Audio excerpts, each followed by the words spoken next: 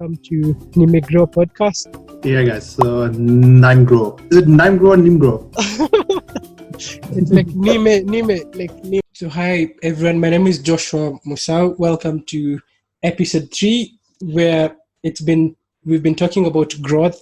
In the last 2 episodes, I've been focusing more on education, and today we are taking a different stand where we're doing everything to do with art. And I have a co-guest who is Fidel, like a co-host, and then I have Beverly, who is a writer. And then I think you guys can introduce yourselves, like what you do, and basically tell us more about what part of art you're into. Are you into writing, spoken word, or what do you do? So I think Beverly, you can start us off. So hi guys, my name is Beverly Nasimiyu. I'm a writer, and mostly I write on my sites. Stomaway.com. Yes. Awesome. Hi guys, welcome to NimeGrow podcast. This is not Joshua speaking. I'll be a co-host for this episode and a few others. My name is Fidel. I'm a writer and performance poet. Like I do spoken word and art in general. Like I write about everything, like depending on how I woke up. So yeah, I just call myself an artist. Awesome. I think we can just get into it. Like, when did you guys, like, for example, Beverly, when did you start writing, and how long has it been? How many articles have you written so far? Take us maybe through the journey, like when did you start and like the progress until now. So at Stomaway, we started in 2019, but as a person, I started writing in 2018. But I didn't put out my work until 2019 when I got the platform on Stomaway. Yes, that is what I can say for now. Awesome. Fidel, I think yours has been, as I know, you started writing in Swahili, and then Fidel, you're doing spoken word now, and then you're writing in English, you have a book. So maybe just briefly, how has the journey been? When did you start? At six years nilikuwa na comic book, nilikuwa na chora na nikiandika. By the way, ilikuwa comic ingine noma. And then after I killed the main character of the comic, nikacha kuandika. And then all through my life nimekuwa nikiandika, like from compositions zilikuwa my favorite. In high school nilikuwa nikiandika mails. By the way, nilikuwa naandika for price, of course. Naandikia say mails wanatumia like their significant others. And then after high school is when I started like writing poetry. In high school I wrote a book for 3 years, and then unfortunately it got stolen. Iliibiwa manze, so discouraged sana, and it was in Swahili. Nilikuwa naandika in Swahili mostly, but after high school, like I wanted to target like an international audience, so I switched to English, and I've been doing ever since. Mm-hmm. And Cloves, it's Cloves, yes. Cloves, tell us about your book, and like when did you write it, and what does it have now? Why, what was the inspiration behind it? Oh, so Clones is like a collection of my poetic pieces from 2016. Like actually, when you buy the book, do not expect to find like new pieces. It's just like a collection of my old pieces, and it's like wanasemanga msanii ni kioo cha jamii, right? So venye nilita kitabu Clones, like when you read the stories, you're supposed to see yourself, like a representation of yourself through the stories that I write, because they are a reflection of my surroundings and the people I interact with, the types of stories we exchange, and the type of exposure these people put me through. So when you read the book, like I hope that you find a version of yourself. Nice. But the whole thing that I've been wanting to focus on most of my episodes is actually growth. And the question, or do you guys feel like you've grown? I think I've noticed, Beverly, you started on a WordPress site, and then currently you have like a .com, and then you're having a group that is writing under the stomaway.com. So like, do you feel like you've grown? Having started written in 2018, starting putting out material in 2019, and creating more network and developing the site, we reached a point whereby we decided, now I think it's time we move out. We move out and start holding our own. And therefore we bought the new domain that is supported under .com, and we brought in new authors. And that is why when you go to Stomaway, as of now, you'll be able to find diversified content. You will find my writings, which is basically African stories. You will find poetry, and you will find other things such as product reviews.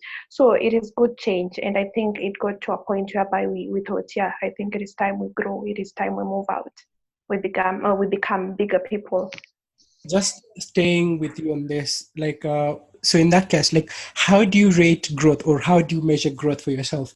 If it was a YouTube channel, you would check the number of subscribers, how many people are sharing your content. But in written, it's a bit different. So in that case, I'll say, for example, right now my writings are reaching a wider audience, given the platform and obviously the opportunity that I got to write for 2 different other platforms. And I also write for an online business journal, even though it doesn't go out with my byline. And I think that is beautiful. It is amazing. Yeah, that's the fact that I'm writing more and I'm writing for a bigger audience.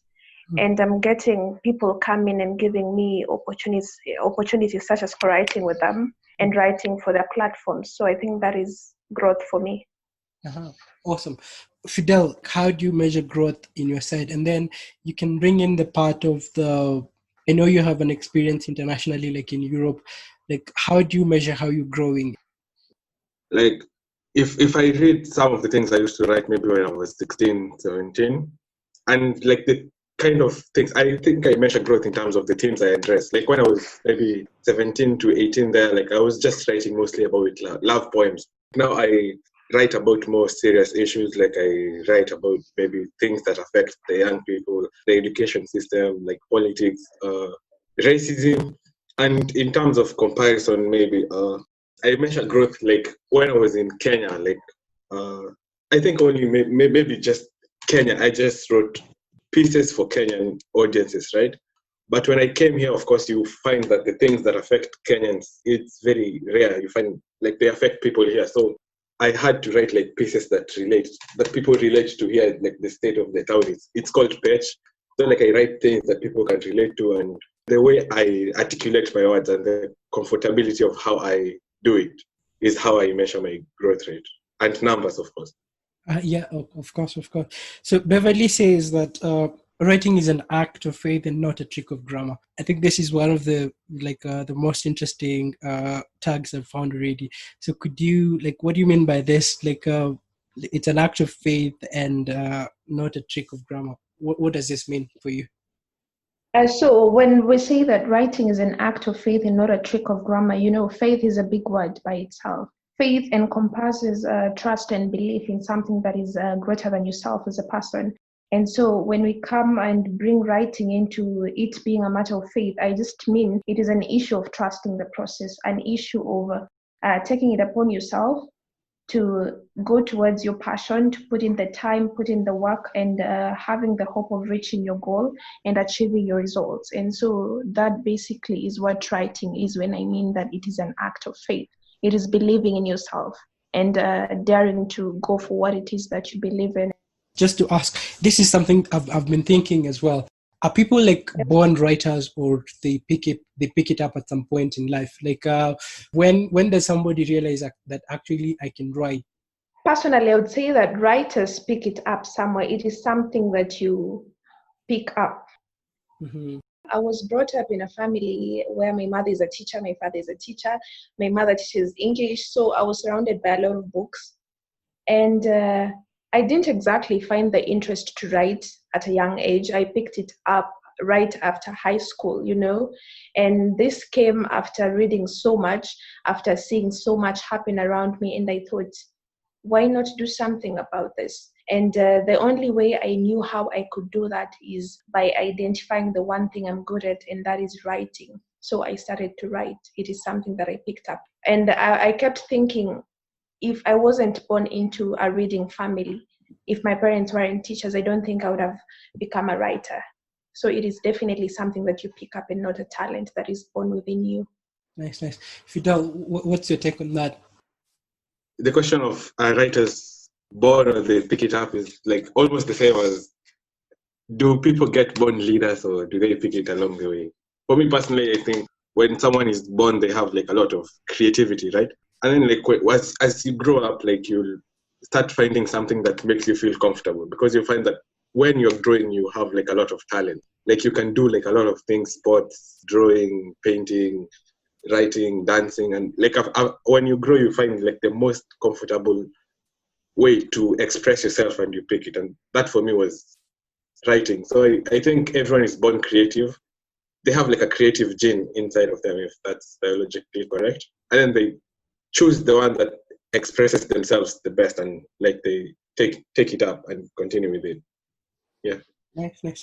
So, to Beverly, what was that one article, or what is it that you have done in writing that you're like, yo, that was my biggest moment? That's a tough one. It's like asking a parent to pick their favorite child. Yeah. But I think I would say there's a story I wrote about a child that I picked up, or we picked up as a family, I think 10 years ago. And the story is called Child. So I really love that story. It hits really close to home, and it's a story that I hold dear to my heart. And the other story I think will have to be Voices, because it is the most exposed story, the most read story that I have done. And majorly I can attribute its success to it being uploaded on Mbabazi's site, that is mbabaziafrica.com, and later on being posted on Writers Guild Kenya platforms. Yeah. Fidel, what was your biggest performance? The one like you killed it, you nailed it.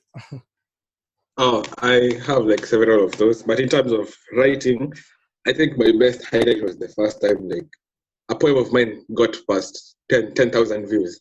Wow. Like, because it's really hard when you're starting out. Like, I remember starting out my page, like it had like 3 likes. It was one like was mine, one was my sister's, and one was my best friend. So like, and then like seeing your page progressing and growing, like it's a very good thing. And in terms of performances, as I said, one ni like ilikuwa before nikuje home for the summer, like kulikuwa na ile poetry slam ya huku Pech, like, and it was like the biggest 10-year reunion, and like they told me to be the featured act, and I was the only one performing in English. The type of reaction niliget ilikuwa weird, so naweza sema ilikuwa highlight, yes, in terms of the mixed reactions draw. And the other one is the show I put on August 24th last year. Like, I never expected like a lot of people to turn up, because it was like my first event, and I'm not based in Kenya, so like kukuja hapo na like just seeing a lot of people coming up to see you perform. Mm-hmm. Nice. Are you guys making money from like what you guys do? You guys are just basically doing it for fun and out of passion? Like, Beverly, any partnerships you've done and like you've earned from this already? So at the beginning of this year, I wasn't earning anything from writing or this generate content for Fuzu Online Business Journal. And then there I'm paid per article, and you can get like, I have to write 3 articles per week, since it's business related, it is nothing creative. So I write for them once in a while. And then also I got a chance to write for truebliss.co.ke, which is a personal website. It does product reviews, it does lifestyle articles. So I think those are my main channels of money, channels of writing, where I earn a little money, which is not really big money, but it is some money coming in, and I appreciate that. And I'm looking forward to getting greater deals, I think, as the years go by, from both my side and other sides. Nice. Fidel, have you made money? Oh, like starting out, naweza sema si tulikuwa tunalipa na exposure manze, like pata mna perform, naweza kuambiwa ya tutakupea platform ya anyway, make sure sijui umefanya nini, but for a while, like through performance, naweza sema maybe I've gotten paid very less times, naweza zikaunta na mkono moja, but basically like just a bit, see sana, because like spoken word is a growing scene in Kenya, so it's kind of hard. But the first time like I earned from like writing is when I started like writing articles and at times speeches for a few of friends and friends of friends. I'm a poem for Valentine's and stuff. And also like this year, like I sold the first week I launched my book, published my book on Amazon. I think I sold like 10 copies. Nice. And then like, but payment got delayed, but when it came for the first time, the first 10 copies, and it in form of euros, then But that was the highlight that we saw. It pays, but see Sarah. So like me now, if naifanya tu as a form of expression and a means of escape. So yeah, I can't complain. Awesome. I think one of the stories nilikuwa nasikia, and mostly I think you guys are familiar with it, was the issue to do with Play KE music or Play Kenyan music, where people wanted like promotion of local talent. So if it's radio stations, it's people to appreciate like the local talent, because I know we have good writers, we have singers, we have good performing artists, So in that case, do you think that we need to have such a movement like that pushes for people to like appreciate Kenyan content and like Kenyan written content? Beverly, do you think we need this, or what's your take on it? Yes, I think we totally should push for the readership of Kenyan content. But before we talk about that, I think we need to look at the readership of Kenyan youth.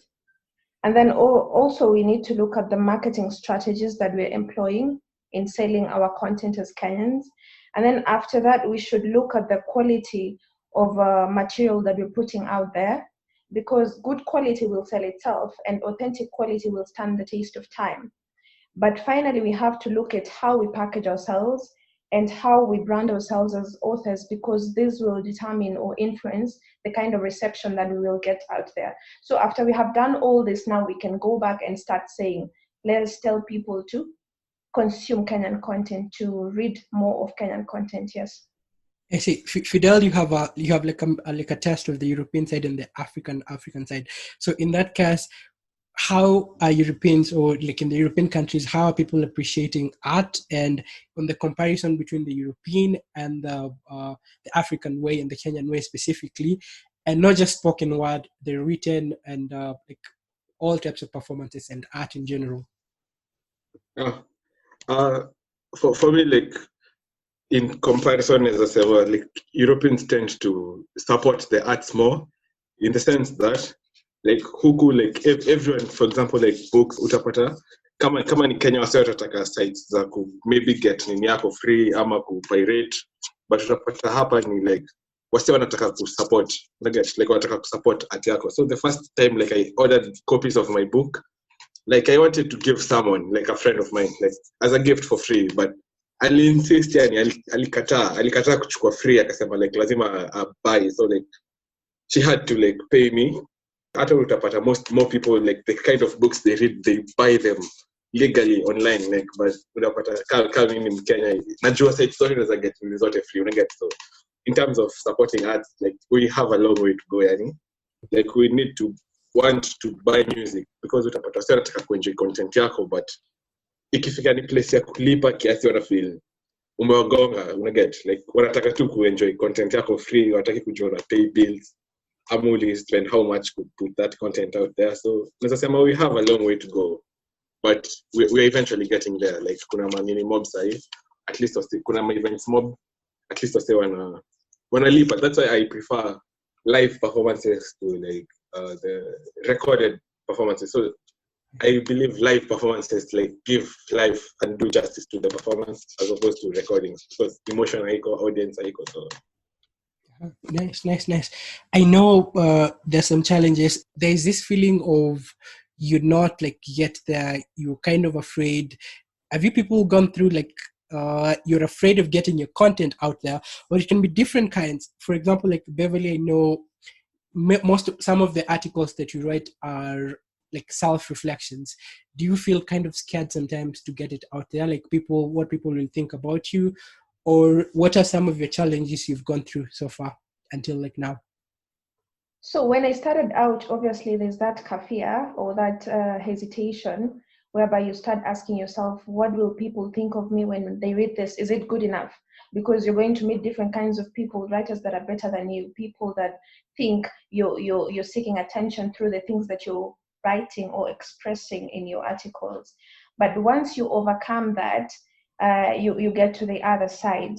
And one of the things that pushed me towards overcoming it was having people that believed in me. Someone read it, like Stuma Way. Now Stuma himself, the guy, would read my article and he's like, I think it's good enough. People deserve to read this, and I think you're going places. So having that one person who gave me that show, and Babazi also, she used to read my articles and she's like, you write really nicely. You have a touch of what I have, and I think you need to give that to the world. And so thinking of these two people that are behind me and pushing me towards getting to where I want to get is the one thing that I'm very appreciative of. Nice. Fidel, what has been those times? The first challenge utafaced ni fear of criticism, because utapata if you're a writer maybe, or you put content, any type of content generally, the first group of people utapatia ni mabeshte zako. So like utapata your friends, of course, they'll support you wholeheartedly, so they always, the feedback itakuwa too positive.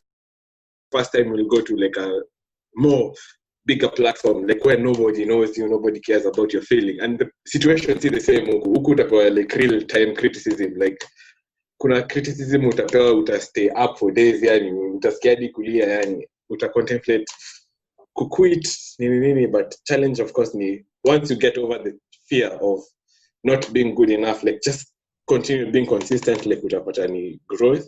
Alafu of course pia in terms of language, because as much as kuna wasichana speak English, maybe accents zina factor in, because unapata maybe they would not get what you're saying, so you have to pronounce certain words like them. So hapa nime have to adjust my speaking speed, because normally mi huongea mbio. And also like in terms of fear, like how I conquered fear, like mi ogopa kuwa vulnerable sana. So like at times some of the pieces are a reflection of what I'm going through, but I put in so much metaphors and imagery that in order like for you to understand, lazima ufikirie sana. Nice. What are some of the lessons you've learned? What are your like three top lessons in your writing journey? So real quick, the three things that I have learned so far in my writing journey, that will be the first thing: good things take time.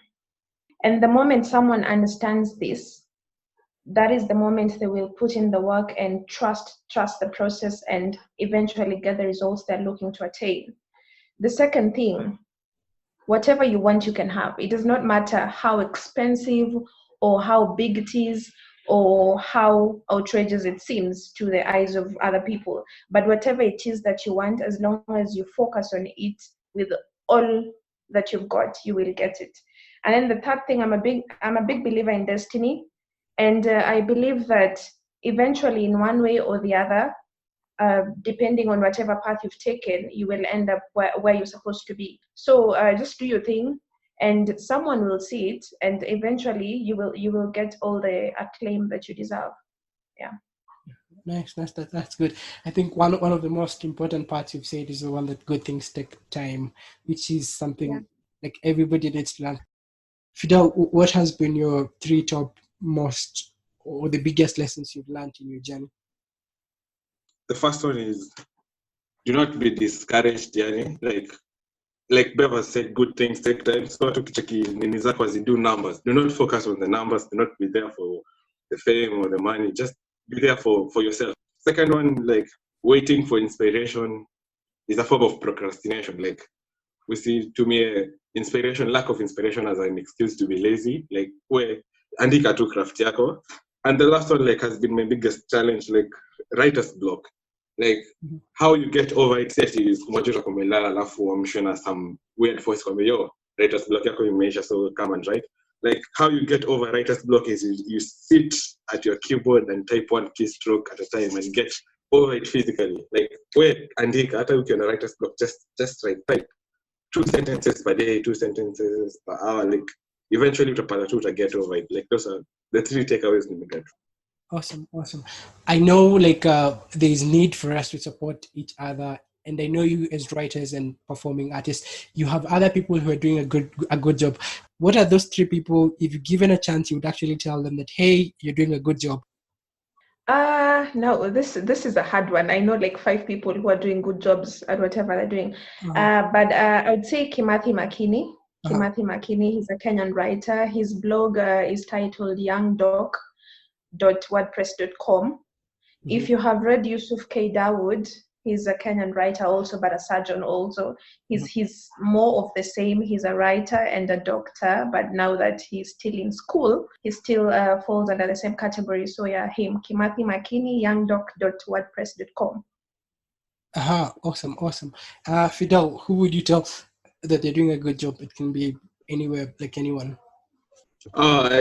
Like the two people I'd say are doing a good job.